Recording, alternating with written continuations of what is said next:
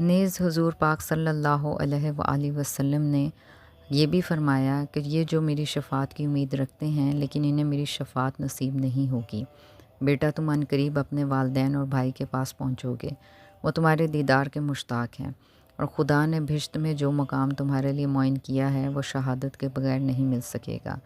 حضرت امام حسین علیہ السلام اسی وقت روتے ہوئے بیدار ہوئے، گھر آئے، خاندان والوں اور عزیزوں کے سامنے اپنا خواب بیان کیا، اور پھر رات کی تاریکی میں حضرت امام حسین علیہ السلام اپنی والدہ طاہرہ جناب بی فاطمہ الزہرا سلام اللہ علیہ کی قبر پر آئے، اور جناب حضرت بی بی فاطمہ الزہرا سلام اللہ علیہ کی قبر کے پاس کھڑے ہوئے اور اپنی والدہ کی فداکاریوں، شفقتوں اور عظمتوں کو یاد کیا، اور آخری بار روتے ہوئے والدہ سے رخصت ہوئے۔ پھر اپنے بھائی حضرت امام حسن علیہ السلام کے مزار پر گئے، قبر سے لپٹ گئے اور غم و اندوہ کے ساتھ واپس گھر لوٹے۔ روانگی سے قبل حضرت امام حسین علیہ السلام نے وصیت کے عنوان سے ایک خط لکھا۔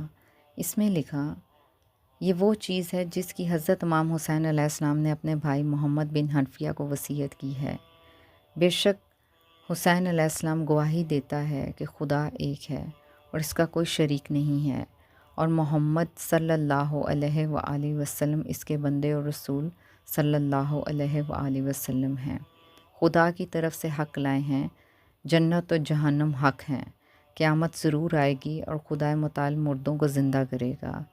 اما بعد، میں فتنہ و فساد برپا کرنے یا اپنی شہرت کے لیے نہیں نکل رہا ہوں، بلکہ میں تو اپنے جد رسول خدا صلی اللہ علیہ وآلہ وسلم کی امت کے امور کی اصلاح کے لیے نکل رہا ہوں۔ میں نے نیکیوں کا حکم دینے، برائیوں سے روکنے اور اپنے جد والد جناب حضرت علی ابن ابی طالب علیہ السلام کی سیرت کی پیروی کرنے کا ارادہ کر لیا ہے۔ اگر حق کی طرف دعوت کو کوئی قبول کرے گا تو خدا حق قبول کرنے کے لیے زیادہ سزاوار ہے، اور اگر کسی نے اسے قبول نہ کیا تو میں صبر کروں گا، یہاں تک کہ خدا میرے اور اس جماعت کے درمیان فیصلہ کرے، اور وہ بہترین فیصلہ کرنے والا ہے۔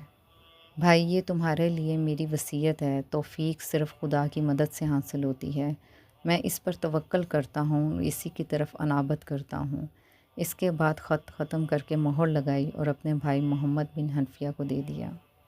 حنفیہ ان کی والدہ کا لقب تھا اور ماں کا نام خولہ تھا، جو جعفر بن قیس کی بیٹی تھیں۔ حضرت علی ابن ابی طالب علیہ السلام نے فرمایا، محمد اس بات کو پسند نہیں کرتے کہ خدا کا عصیان ہو۔ ان محمدوں میں سے محمد بن حنفیہ ہیں، لیکن محمد بن حنفیہ عراق میں حضرت امام حسین علیہ السلام کے ہمراہ کسی عذر کی بنا پر نہیں آئے تھے۔ ان کے سال وفات اور محل دفن کے بارے میں اختلاف ہے، بعض انہیں جبل رضوی میں اور بعض انہیں طائف میں دفن کہتے ہیں۔